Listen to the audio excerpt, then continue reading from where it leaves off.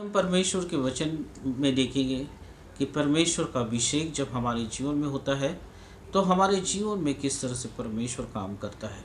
हाँ मेरे प्रियो, जब हम परमेश्वर से प्रार्थनाएं करते हैं और परमेश्वर जब हमको चुनता है तो वो अपना अभिषेक हम पे करता है। जैसा कि बाइबल में हम देखते हैं कि दाऊद जो है जब छोटा ही था, जब वो बालक ही था, तो परमेश्वर का अभिषेक उस पर किया गया। परमेश्वर ने उसे अपने कार्य के लिए चुना और परमेश्वर के दास ने उस पर तेल उंडेल के अभिषेक किया और वो अभिषेक उसके साथ हमेशा होते रहा। जब कभी वो विपरीत परिस्थितियों में गया, जब वो उसके सामने एक विपरीत परिस्थिति आई, तो ये अभिषेक ही था जो उसे छुड़ाता था और उस पे वो विजय को प्राप्त करता था। अगर हम पढ़ते हैं पहला शमूएल उसका 7:17-4 में, तो हम यहाँ देखते हैं कि दाऊद ने एक बड़ी लड़ाई को जीता और ये लड़ाई जीतने के लिए उसका अभिषेक ने ही उसकी सहायता किया। गोलियत नाम का एक बड़ा योद्धा उसके सामने खड़ा था, जो कि जिससे कि कोई लड़ नहीं पा रहा था और गोलियत को कोई हरा नहीं सक रहा था, क्योंकि एक बड़ा योद्धा वो था और बहुत लड़ाई उसके सामने कोई नहीं आ रहा था। पर दाऊद जो है परमेश्वर के द्वारा उसके सामने गया। परमेश्वर के अभिषेक के द्वारा ही दाऊद ने ये लड़ाई को जीता और गोलियत को हराया।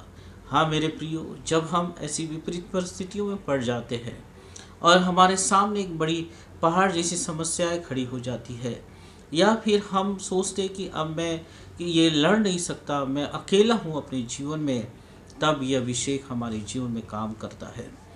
दाऊद के सामने एक योद्धा खड़ा था, गोलियत नाम का योद्धा उसके सामने खड़ा था और उस योद्धा से, उस गोलियत से कोई लड़ नहीं पा रहा था, क्योंकि उसके सामने कोई टिक नहीं सक रहा था। पर दाऊद पे परमेश्वर का अभिषेक था।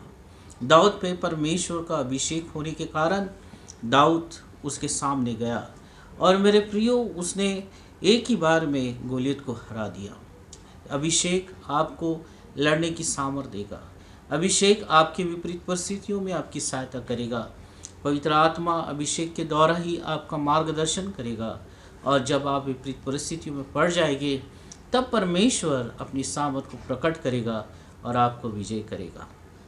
इसलिए हमें प्रार्थनाएं करना है, इसलिए हम परमेश्वर के सम्मुख हमें जाना है और परमेश्वर से प्रार्थना करना है कि प्रभु, जैसा तूने अभिषेक दाऊद पे किया था, जैसा अभिषेक दाऊद के ऊपर था और वो हर एक लड़ाई को जीतते जा रहा था, उसी तरह से तेरा अभिषेक मुझ पे होने दे, ताकि मैं अपने जीवन में हर एक लड़ाई को लड़ सकूं, हर एक विजय को मैं प्राप्त कर सकूं, चाहे वो कोई भी परिस्थिति क्यों न हो, मेरे शत्रु मेरे विरोध में खड़े क्यों न हो, पर मैं उनके सामने उस अभिषेक के द्वारा जाऊंगा और विजय को प्राप्त करूंगा। शैतान को हराने पाएंगे, दुष्ट की योजनाओं को हम नाश करने पाएंगे मेरे प्रियो, क्योंकि परमेश्वर का अभिषेक हमारे साथ होता है।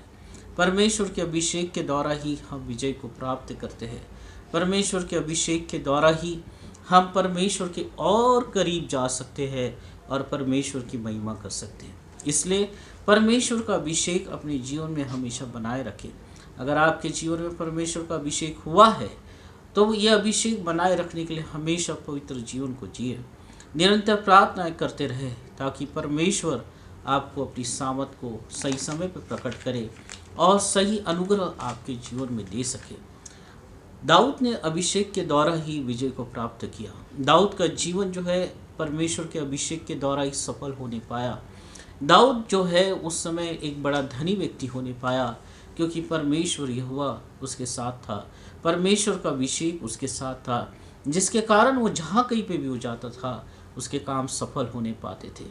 गोलियत नाम के एक योद्धा को उसने हराने पाया।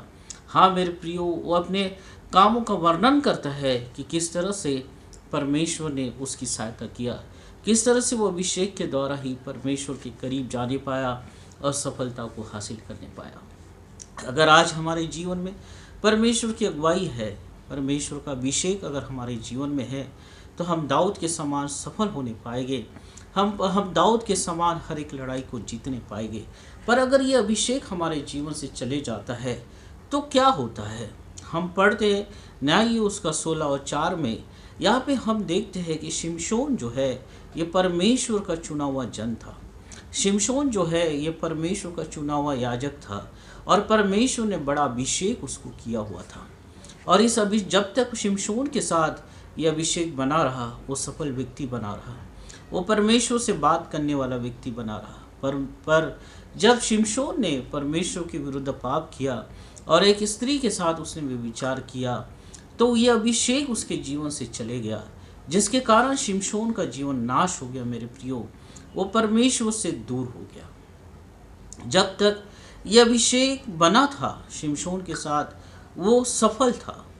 जब तक ये अभिषेक परमेश्वर का शिमशोन के जीवन में था, वो सामर्थ्य व्यक्ति था और परमेश्वर से बात करने वाला था।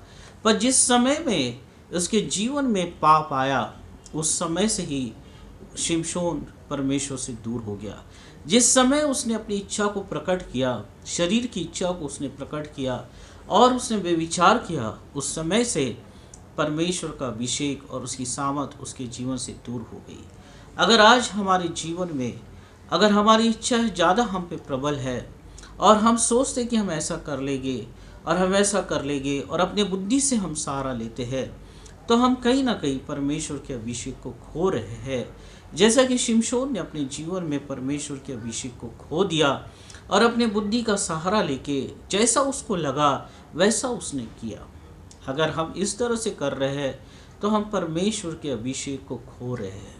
और जिस समय में यह अभिषेक खो दिया गया पाप के द्वारा, शिमशोन जो है नाश हो गया है। शिमशोन का जीवन नाश हो गया। हाँ मेरे प्रियो, दाऊद अभिषेक के द्वारा सारी लड़ाइयाँ जीतने पाया। दाऊद अभिषेक के द्वारा अपने जीवन में आशीषित होने पाया। दाऊद अभिषेक के द्वारा अपने जीवन में सफल व्यक्ति बना और परमेश्वर के करीब रहने वाला बना। बाइबल में लिखा है कि वो परमेश्वर को भाता हुआ व्यक्ति था, परमेश्वर को भाता हुआ व्यक्ति था। हाँ मेरे प्रियो, पर शिमशोन के जीवन में भी वही अभिषेक था। जब तक वो अभिषेक में बना रहा, तब तक परमेश्वर की सामर्थ उसके जीवन में बनी रही।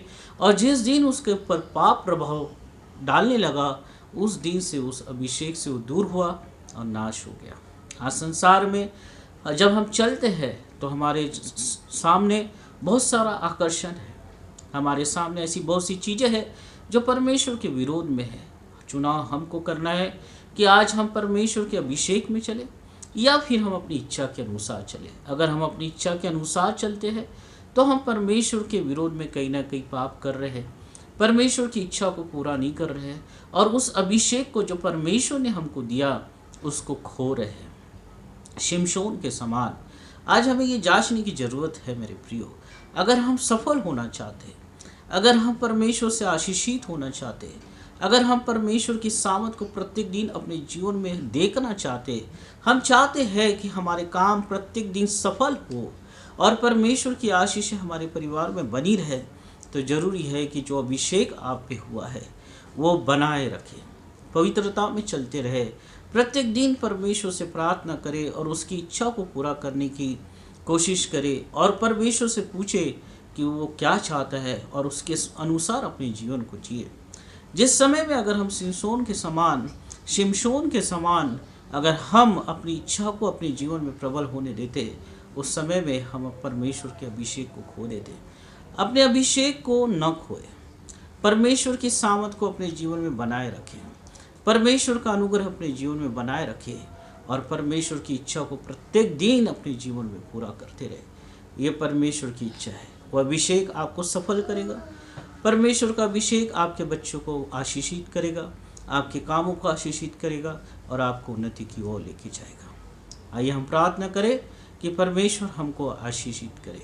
धन्यवाद हो प्रभु धन्यवाद हो। दाऊद तेरे अभिषेक के द्वारा सफल रहा। दाऊद तेरे अभिषेक के द्वारा परमेश्वर हर एक लड़ाई को जीतने पाया।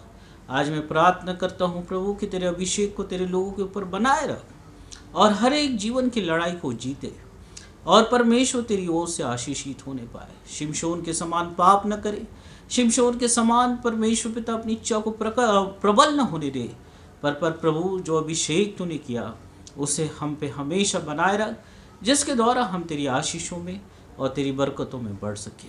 धन्यवाद करता हूँ, यीशु के नाम से सबको आशीष करता हूँ, यीशु के नाम से, आमीन। परमेश्वर आपको आशीष दे।